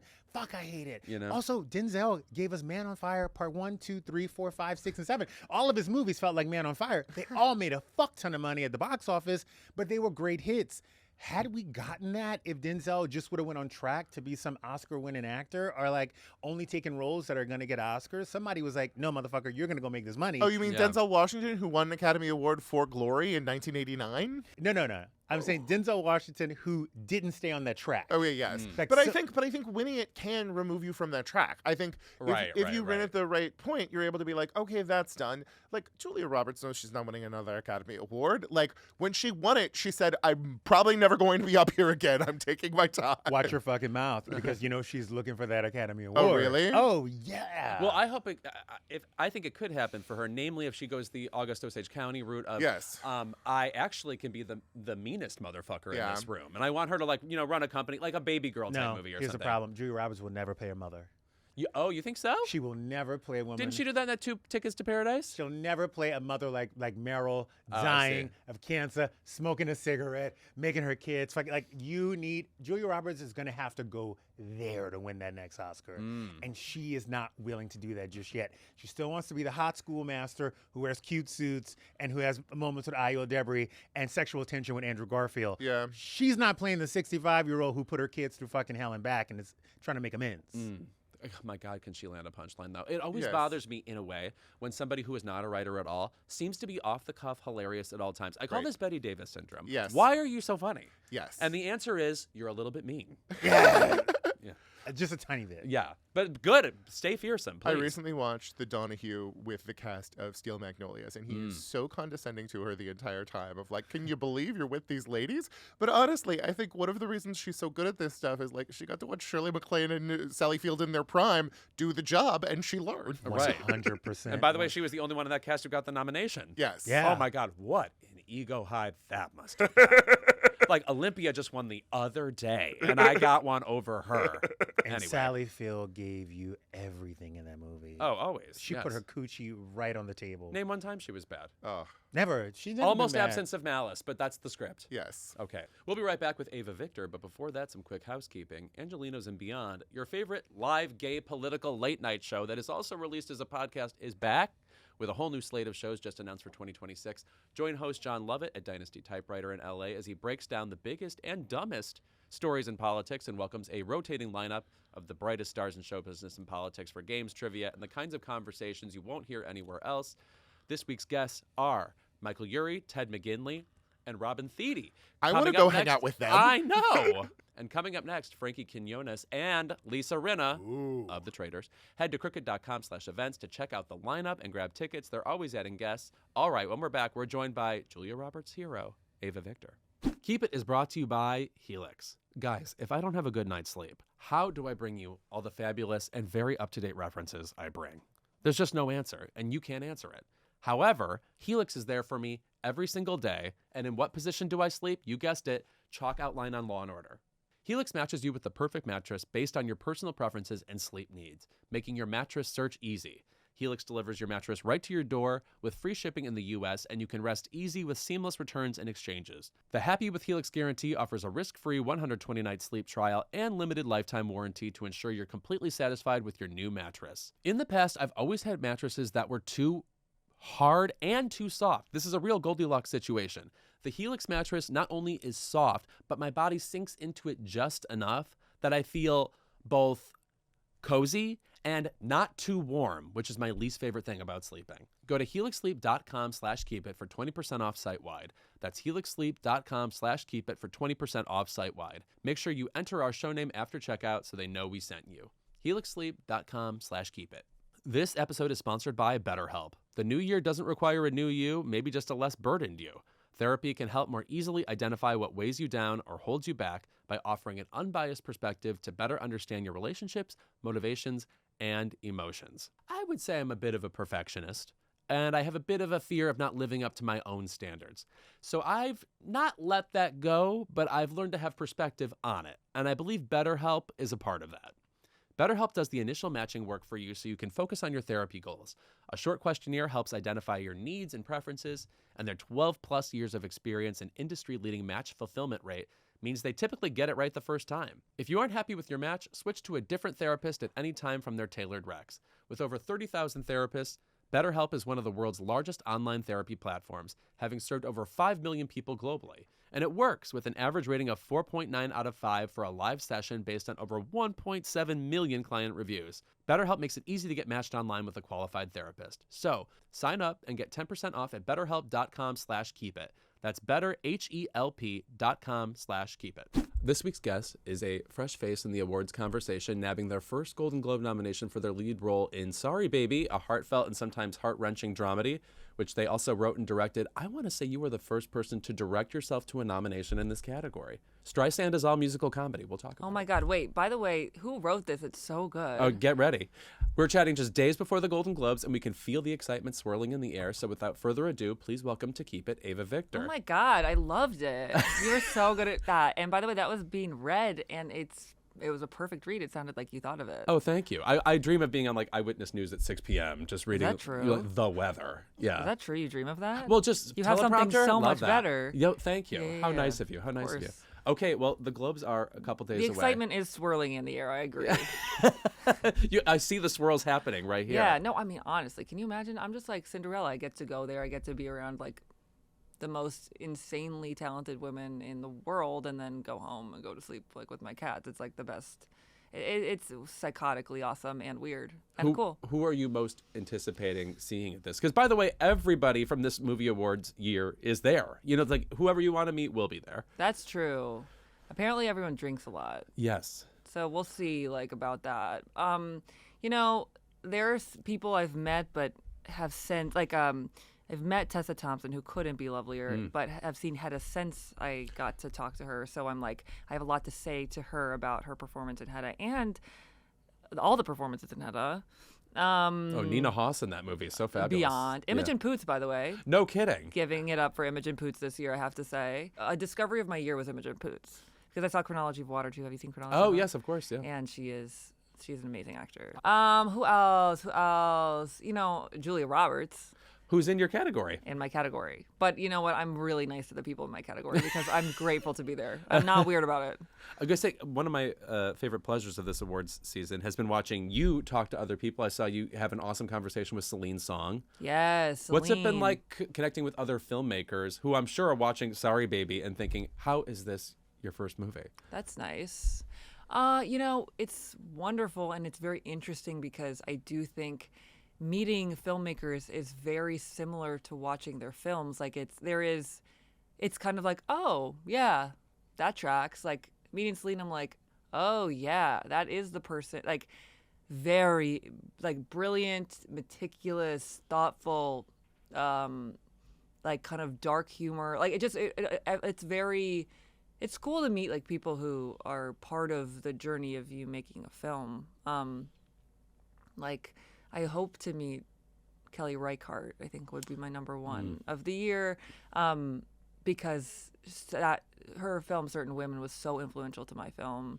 But no, it's crazy meeting people who made you want to make films. I mean, that's the amazing thing about, in my opinion, so far this awards time, because I'm in rooms with people and getting to say thank you to people that that have led me to be in the room, So that's the cool part for me. Something that I found super interesting was you said that during the pandemic you started becoming an avid movie watcher, started kind of collecting dramatic experiences, and that's what ended up precipitating You doing writing your this research movie. as fuck. A little bit. Thank you. I was wondering what movies you watched and what ones really stayed let me with pull you out from my that phone. time. Oh, please. I have a really good list sent to me by a filmmaker. 45 Years. Oh, that is literally among my favorite movies of the past decade. Okay. Charlotte Rampling in that movie No. is so sick, Let's and let so me is talk- Tom Courtenay. By the way, Yeah. that film. Okay. By the way, the lesson of someone retelling their trauma somehow, and we don't see what they see, but we feel what they feel. Her watching in the attic, watching She's watching a slideshow. She slideshow, finds and old she slides. sees something totally devastating that we find. I'm not going to reveal it because you have to legitimately see the film. It's actually one of the best films in the world. Yes. 45 Years is one of the best films in the world. You have to watch it. And you see her see something in a slide that tells her something that is insanely pivotal to her. It's about a marriage and a marriage and trust. And also people that age, you see them having sex and you see them like dancing. And I think that's really, really like awesome and hot and interesting. Because we don't see people that age having sex in films, really, No. ever. No, there was a line in a review about that movie by let's hear Stephanie it. Zaharek. You that has knowing stayed that with like me. that? Yes, Okay. that has stayed with me, which is it's a movie about how we are all fundamentally alone. And even though they're in Ain't this that the marriage truth? of 45 years, like dealing with it, I'm really pleased to hear you bring that Well- up because I can feel that in this movie a little bit. Thank you. I mean, it's a very elegant film. I think that it seems to me, based on film, I've never been married, but based on film, it seems like marriage is one of the loneliest things you can do. Ding. Yes. Ding, ding, ding. Okay, let's keep going. Breaking the Waves. Oh, great movie. Emily Yeah. Watson. Yes. Beyond. Burning was. I Oof. love Burning. Oof. The lead guy in that movie, he didn't win anything, and he was fabulous. Yeah. Well, you know what? A win is in the heart. Okay. I disagree. And you can post that right after I lose the Golden Globes. The Handmaiden. Of course. Have you yes. seen No Other Choice? Yeah, I have not seen No Other. We were just discussing it Okay, in the room. why are we here? Let's all go to the theater. I love No Other Choice. Yeah. So, okay. This is like kind of crazy to just list Are you stuff. are you pretty up on this year's movies then? Have you seen? Well, I am, because there are a few that I haven't seen yet that I'm like in the red for. Mm-hmm. I need to see Die My Love. Oh, I just saw that. Yes. Yeah, I need to see that before basically Sunday. Mm-hmm. Yeah. Okay, got There are it. a few others, but I can't remember them right now because I'm too present with you. No, but also I love that you're such an avid movie watcher. It has clearly Well, this informed your ye- movie, which I was going to say, the number one thing that surprises me about this being your first movie, and I'm sure you get this exact verbiage thrown at you all the time, is the control of tone. Oh, thanks. It takes you to such a unique and specific place. It's like both cozy and chilly. And I'm wondering nice. if you envisioned that ahead of time, like knowing how this would feel in this academic environment where this character goes through this horrifying ordeal before starting to kind of reorganize their life and figure out what joy they can find with their friends, etc. You know what? Thank you. The tonal shifting is definitely in the script, and it was a script that like either you got it or you didn't when you read it, and some people vibed with the tonal shifts. But I do feel like the credit to the ultimate success of tonal shifting goes to my editing team, which is Alex O'Flynn and Randy Atkins, and it was us in this like tiny room that was like half the size of this for like the third the size of this for months and months, and that was just kind of constant calibration. Like there was no sort of like switch that flipped and the tone worked. It was like every day chipping off things that felt like they were obstacles to having someone stay emotionally with the film. Like I didn't really want anything to be jarring, just that it moved. And what I think the fear was that, okay, so we have things that are more comedic, we have things that are more dramatic. What we actually don't want to happen is it lands somewhere in the middle that's kind of middling and becomes diluted. Actually, it's about finding ways to move confidently or smoothly so that people are like, oh, I trust you to take me to a different tonal space. But it was constant calibration. It was like teeny moment. It's frames, it's frames, and it's takes, and it's like, it's experimenting. So it was, and we edited in the same building as the Lion King Mufasa was doing like their VFX. Oh, and I think of those two as a pair. They're You're in part of a conversation, diptych. for Yes, sure. Yes. And it was crazy because they gave us the space, which was very generous, and we had to sit behind a wall so that we never saw any Lion King VFX. So we were in this little cubby, which was amazing. But what they did have, they had a screening room that they would use for things all day, but there would be windows where it was free. So we actually got to watch the film on a big screen to do our little experiments of, well, that doesn't work, that works, like this scene moves here, oh, that breaks this, like we got to see things on a big screen throughout the process, which I think was really helpful, and like not to our budget, but was lucky enough because of Barry and Pastel to get to sneak in there and get access to better. And the Barry in this case is Barry Jenkins. Yes. I'm very interested in that relationship. You guys knew each other on Instagram, and that was the beginning he DM'd of this? me, so that's kind of fire, of course. It's not the way you would think that DM would go, obviously. No, it was awesome. I mean, he'd seen my videos. Well, something interesting is that one of the videos he liked was a video I didn't make but just had posted, but I stayed quiet about that. But I was Whatever like, it takes. I did that. No, but he DM'd me and was like, if you ever have a feature script, send it to Pastel. And honestly, this is actually something I haven't really talked about, but I did send them something. They said no, but everybody in town said no. But their rejection letter to me, that was insanely kind and very respectful, and like kind of told me what they thought the film was doing well. And they were like, we're not the partners for it, but that rejection letter kind of stayed with me. And I got to talk to Barry and Adela and Mark from Pastel on the phone, and Barry was like, the videos you're making online are directing. It's just a really different version of it.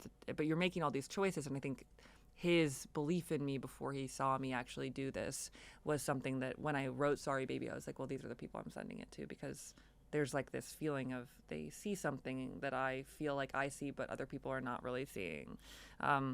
So then, we worked on, I wrote the script on my own and then sent it to them. So I spent 2 years preparing to direct. And I had to ask, like, I'm not the kind of person who would ever ask a guest to give advice, but in this case, what would you say to somebody who wants to move from the space of making videos online, as 75% of the world is doing right now, I know, well, to now making it's a movie? Thing. I mean, honestly, this is advice that I find to be true over and over again in my life, and I think there are special chosen people who like do get picked and select, and someone's like, I want you to star in my film, or I want you to do this thing, and it's like, oh my God, that is special. But I kind of realized at some point in my career a long time ago that like that call was never coming for me. Like I'm not someone who's going to, they're going to be like, you're like the next whatever. I was about to say Wonder Woman. I'm like, I really don't want to play Wonder Woman, but thank you for thinking of that, Eva, at 10 a.m. But I was just like, that's not going to happen. I have to be my own source of creativity and energy. And like, I'm the one who has to create the role I want to play. And I have to build the world I want to build, because also things I'm reading aren't aligned. Like I'm not finding myself in them, and so it's kind of my job to come save myself, like, because no one's coming to save me. It's kind of, I have a little bit of a bulldog mentality about like, and you know what, I really don't want to quote this, but I'm like, these kids these days have to work. They have to get to work. I don't mean that about people who aren't working. I just mean that's true for me. Like and when Kim said that, I was like, I have to get to fucking work.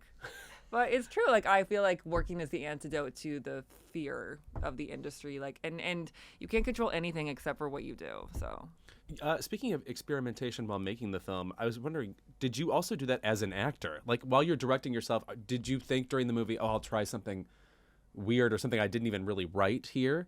Or was it really hemmed in from the start, your acting performance? Well, my preparation, I prepared with this amazing woman, Rebecca Deely, who is a casting director and an amazing person and acting coach. And it was kind of nice because by the time I was preparing the performance, I had written it a long time ago, so I didn't totally remember all the reasons things were in there from a writer's perspective. But I kind of had to be like, I trust that person that this was really important. And so I tried to stay as true to the text because I was like, that's all I really have right now. Basically, I feel like when I'm insecure performing, this is private, but I'm going to say it. There were moments when I was like, oh, like this, I could make this like funny. Like I could make this moment funny and I would get away with feeling like people on set were laughing or there was kind of this thing that I learned is like, okay, but do the check. And the check is that true? Like, is that how this person's feeling? Is this, and I feel like there was like one scene in particular, which is when Agnes comes back she meets the character Gavin, played by Lucas Hedges, and she comes back with the lighter fluid, and she's like, I think I was going to light Decker's office on fire. And I remember being like, okay, I kind of want to do this like more broad, or I just want it to be a little bit like, ew. And then I was like, hold on, this is terrifying. Like, this person really, really thought they were going to do that, and they were going to do that, and now they're freaking the fuck out. And the idea of, then she says, like, I don't want him to die, is, like, actually this really sad realization of, like, it would be so much easier if I wanted him to die, but really I just want to feel better, and I want peace, and I want to not feel this way. And I think I was like, this is actually a really scary scene for this person. And Naomi's character, Liddy, then I would say Naomi Ackie is so great in this movie. What a fabulous I actually, performance. like, whenever I talk about her, I get full body chills. There's something, like, seriously, like, astrologically, what do I mean? I mean, she's made of, like, the sky. Oh, yes. She's, like, from God's mouth. I don't really think that I know what that means, but she is seriously next level. She's brilliant. She could have chemistry with the wall. I was lucky enough to be across from her. Like, everything she's in, she's brilliant. And interpersonally, like, the warmest, kindest, can do anything. And I do not believe this film would work if she wasn't in it, because her trust of my abilities as a director day one was so important to me and essential for me to feel safe trying things. So I owe her everything. But then that scene for her became this sort of more, she was like, well, can we light his pens on fire? Like, I feel like her character got to have this, like, a little bit more, like, she got to be funny. It's the funny kind of counterbalance to that my character's sadness, and that was really fun, because I was like, oh right, like this is how, like, her being sad leads to this person kind of rising up energy wise. I think the other scene that I would say, like, something happened was, like, there's a scene in the courthouse, and it was written on the page to be very slapstick and, like, comedic. And once I got to the actual courthouse and felt all these people around me that I didn't know, and I was like, Agnes is like, this is a really fucking bad day. Like, this person is freaking out inside me. And that became sort of, the scene became much scarier and much more, like, emotional for me. Like, I was trying to hold down all this stuff, and the edit eventually took out a lot of, like, the more comedic stuff, and sort of became something that was much more like a one arrow sort of, we don't let go of the tension for the whole scene. Whereas before it was like we took breaks in the scene and it went different places. But yeah, I mean, I don't even remember the question, but we're having the best time, right? Please, yes. Okay, good. This, I guess, would be considered a bit of a spoiler if people haven't seen the movie, but something I'm so curious about, having watched this, was how far along in the screenwriting process did you know what the ending was going to be? Oh, because, first of all, the ending of the movie gives the title of the movie, why it's called Sorry Baby. But there are only a few movies of the past 15 years where I'm like, oh my God, it ended exactly right, and I could not have predicted it, which is my favorite thing. And then in retrospect, it feels inevitable. Oh, good. You know? Not and I love feels that feeling, you know? But thank really? You for yeah, well, you know, it's so crazy to try to remember the writing process, and I tried to open the computer. I had this, like, you know, you get a computer every, like, 10 years or whatever. That was a different computer than I have now, and it has, like, a crazy streak on it that I can't look at, like, the drafts, or else they're all rainbow, like, whatever. But so I don't know, like, the different drafts and what happened when, but I know that's always how the film was meant to end, because the film begins with this announcement of a pregnancy, and the film ends with this confrontation with this, like, new life, and with Agnes really not holding the idea of a new baby well, and then at the end being like, oh, I can vow to return the favor of listening to you someday. Yeah, And she that meets was this baby. She babysits for a couple of minutes. At the yeah, end of the literally. movie. And by the Yes. way, that's a huge deal for her. Yeah. Like, we cannot underestimate babysitting for 2 minutes for this bitch. Is next fucking level. Like, she's not born to do that. There's sort of this sort of beginning and ending, ultimate hopefully a balance of like new life arrives and time has passed. There are a few scenes in the film that were sort of the like milestone scenes. They're kind of speeches or whatever, and in the bathtub was one of them. I think that's the first scene I wrote of the film, when Agnes tells Liddy what happened, and then the baby one was always coming. I think I wrote it at the end of writing the film, but I was really, really ready to write it because I was like, there's a lot I have to say.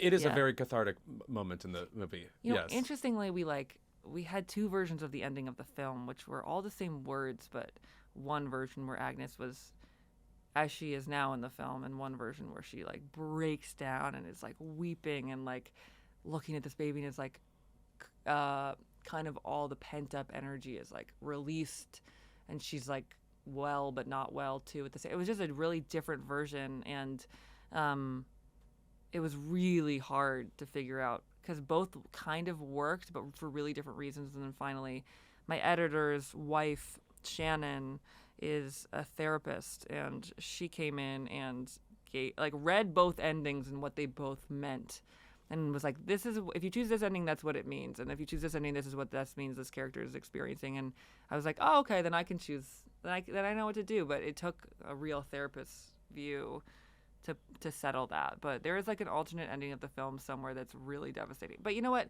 I actually think sometimes when someone's weeping, people say this, I don't know if it's true, but people say this, I'm just going to say it, which is like, when someone's weeping, then you don't have to weep, but if they're not and they're holding it back, then you can feel something, and then there's more space for you to feel something.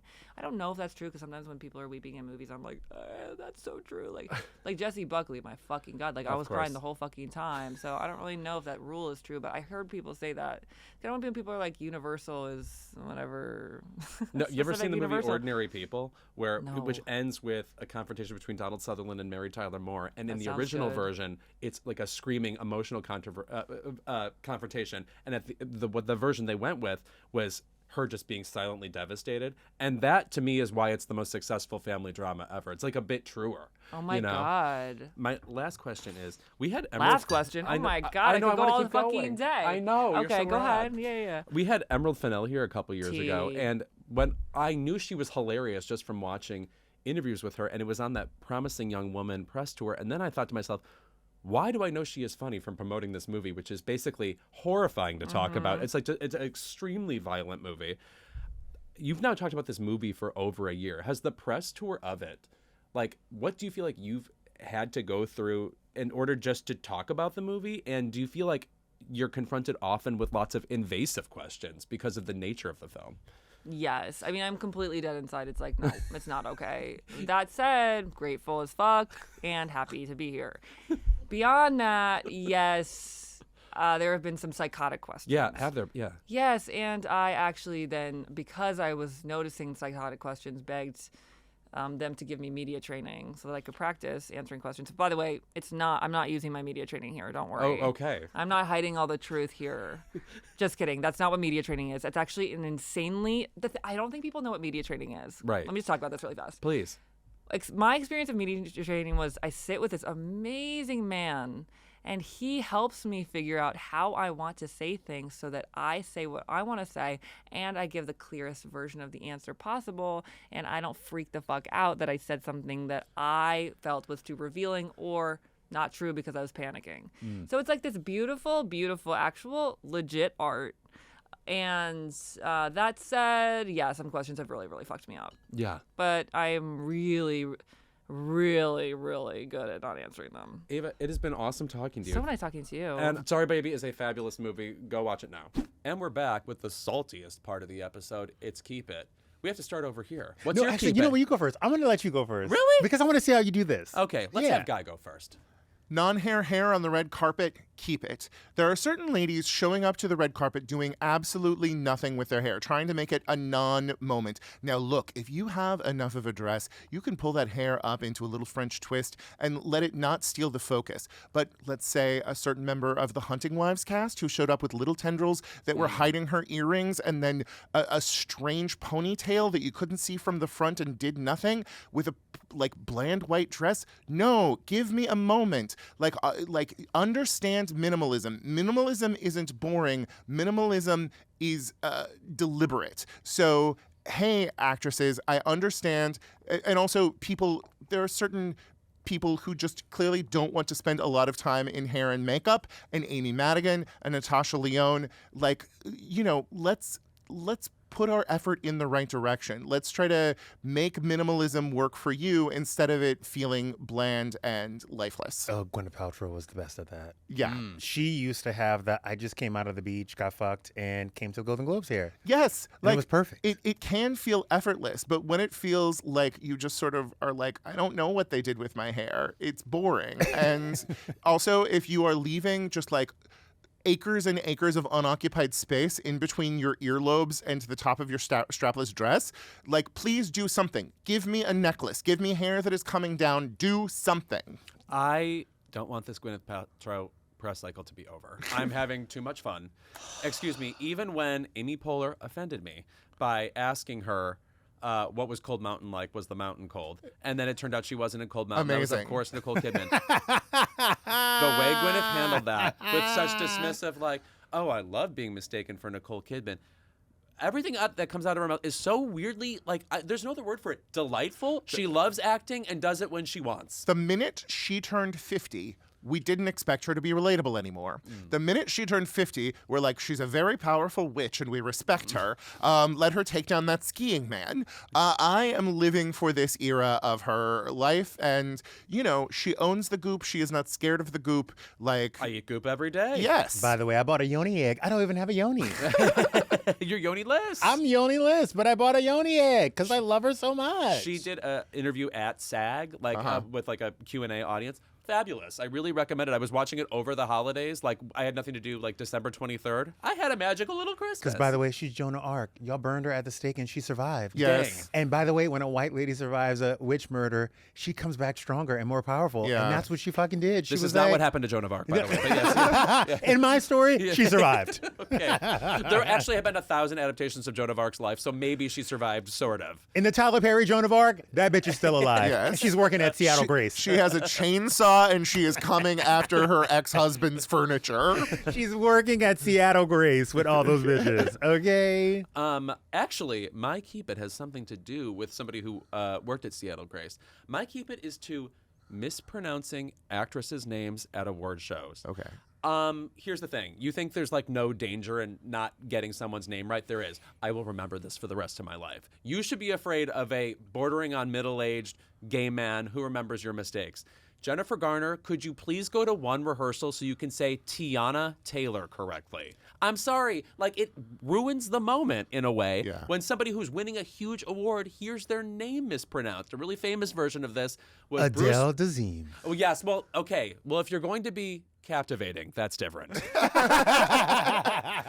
But mostly it's like people like in the 80s, Bruce Willis mispronouncing Jack Hay's name when she won for 227. Jack Hay, Harry is what we call her now. But at the time he just said Jackie. Does that sound right? Single name sensation, Jackie. Yeah. And by the way, it could be anybody. I remember Dana Delaney one year said Željko Ivanic's name wrong. That's a hard one. Yeah. But I'm just saying, Diane Lane talked with somebody beforehand and said, oh, it's Wagner Mora.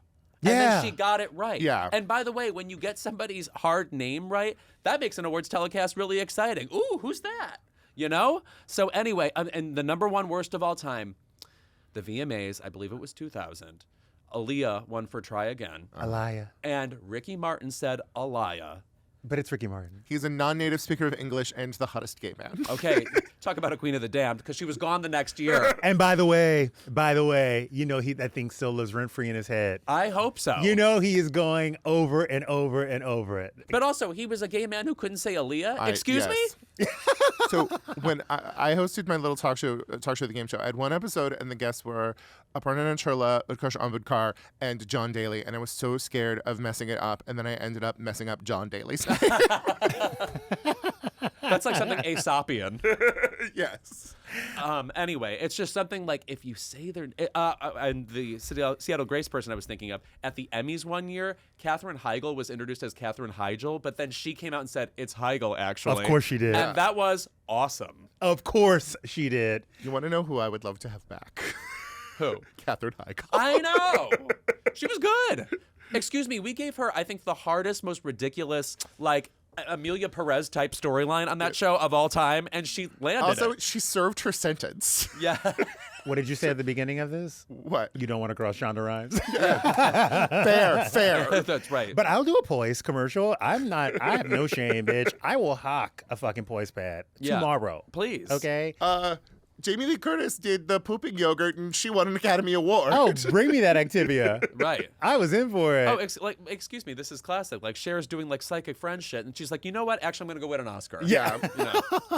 Oh my God, my keep it was something I actually wanted to keep. Oh, go ahead. Well, we can redefine the rules for you. Okay, great. I just want to keep Sean ass crack on the fucking red carpet. Oh, please. Like, bring back ass crack. J-Lo had it. And Hillary Swank did it one time on the red carpet. I just love that moment of having that little peekaboo in the back. Like, give me old VMAs moments at the Grammys. Like, Tiana Taylor did it at the Golden Globes, and it was delightful. You know what that reminds me of is classic Rose McGowan on the red carpet when she was with Marilyn Manson. Yes. First of all, so excited for the Grammys. I love that in the middle of respectable award show season, we were like, let's do a fun one. Yeah, here comes circus. Yes. But also 17, 18 seasons of RuPaul's Drag Race. And But Is It Drag is now applicable on the Golden Globes red carpet. Like what Tiana was wearing was a great look that might save you after a poor performance in the Rusical. Babe, she will not have to lip sync for her life with that outfit on. And by the way, if the girls take it too serious, Tate McRae, shout out. You are our new pop queen after that VMAs performance.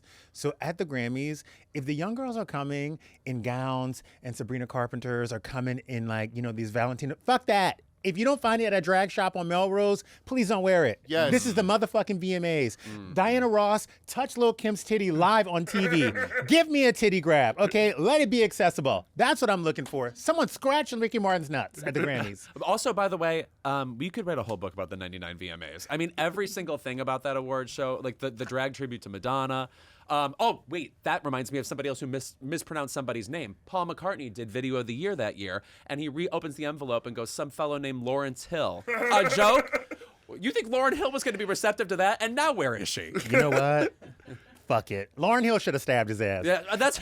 Nicki Minaj should have came out and been like, what's good, Miley? I've never thought about this before. Lauryn Hill should have stabbed Paul McCartney. I've never thought about it before. And by the way, she would have got away with it. Because it was please. the VMAs. She looked amazing, too. Right? Do you remember when Courtney Love was famously trying to get into Madonna's interview with Court yes. Loader? The year she won for Take a Bow. Yes, and she threw her compact up, and it was probably her birth control pills, but nobody wanted to say it at the time. Yes. It was the greatest moment in award show history. I miss that level of hunger. She hungered her way all the way to she was at the Academy Awards. Was she nominated? Yeah, no, she should no, have been. She was nominated for the Gold Globe. Oh, okay, but still, she Sally Kirkland style hungered her way into almost respectability, Babe. Right. and I loved it. Babe, if the cocaine had been as weak as it is now, because what Courtney Love was getting back in the day, what Courtney Love was getting from Jack Nicholson's guy was so strong that she thought she could crash Madonna's interview.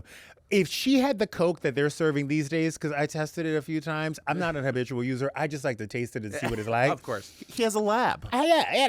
She would have been a fucking movie star because what she did in that movie with Stuart Townsend and Charlize Theron when they kidnapped those motherfuckers, she was on the road to being a great. She was she had that bob that just was bobbing the whole time. And then we lost her to like London or something. She lives over there and gives like one good interview every 2 years. It's so interesting when people have multiple skills. You know, it is so interesting. Look, I'm still just reacting Tiana Taylor. from the Barbara book. But like Barbara always had the option when they like stonewalled her at the Oscars, why not just go make a record and have it sell, 10 million copies? Why deal with this bullshit anymore? Yeah. Yeah. You know, it's just crazy. Tiana Taylor is that person. I also think, and I'm sorry, I know she gets a lot of flack, but if you look at Jennifer Lopez and what she's done in her life, coming from a fly girl to now this, like, that's pretty exceptional. Oh, no, please. Also, she looks like she's lit with champagne from within. I mean, it's just like she looks like a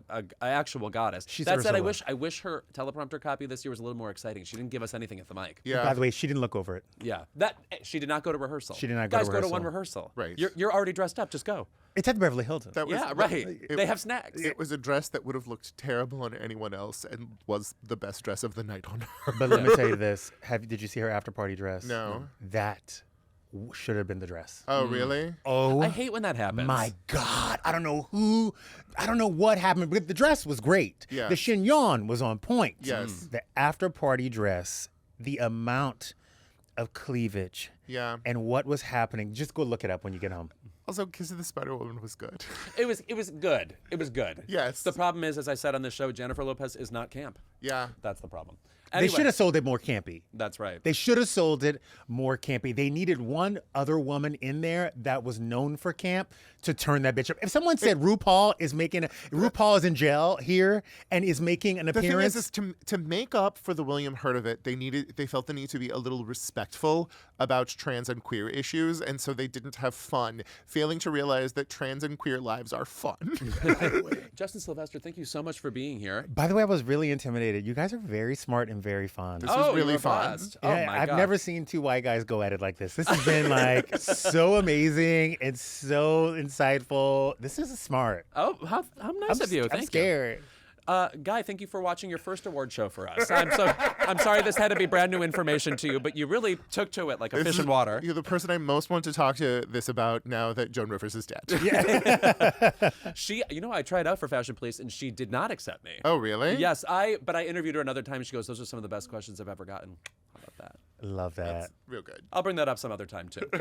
Justin, anything you want to plug for us? Oh my God, my podcast, Yestergaze, comes out every Tuesday with Blakely Thornton. It is a trip. Every episode scares me because my podcast host has the tongue of a devil and you never know what's going to come out. But it's a fun, exciting ride where we go back in time and look at things that have shaped today that happened yesterday. Yeah. Fabulous. It's a good time. I have an eye for nostalgia. Maybe I'll drop by. Please. Sometime. Guy, anything you'd like to pimp at us? Yes, follow me across all social media at Guy Branum, except for TikTok, where I am Guy Branum Comedy, where I do a nostalgia-based video series called Only the Old Gays Remember. It is fabulous. It is very informative, and you can tell he's informed because, by the way, he was just back on Jeopardy recently. You are a Jeopardy champion thanks to the Second Chance tournament, and you did a hell of a job in the 2-day final, so I just want to congratulate you. You're obviously one of the smartest people I've ever met, so continue being that. You're so sweet. I did completely just flail on a daily double that I knew. Oh, no, that's showbiz. But I got to say Howard's End. Yes, you sure did. God was smiling. Who is Alaya? Thank you to the marvelous Eva Victor for joining us. We'll be back next week with more Keep It.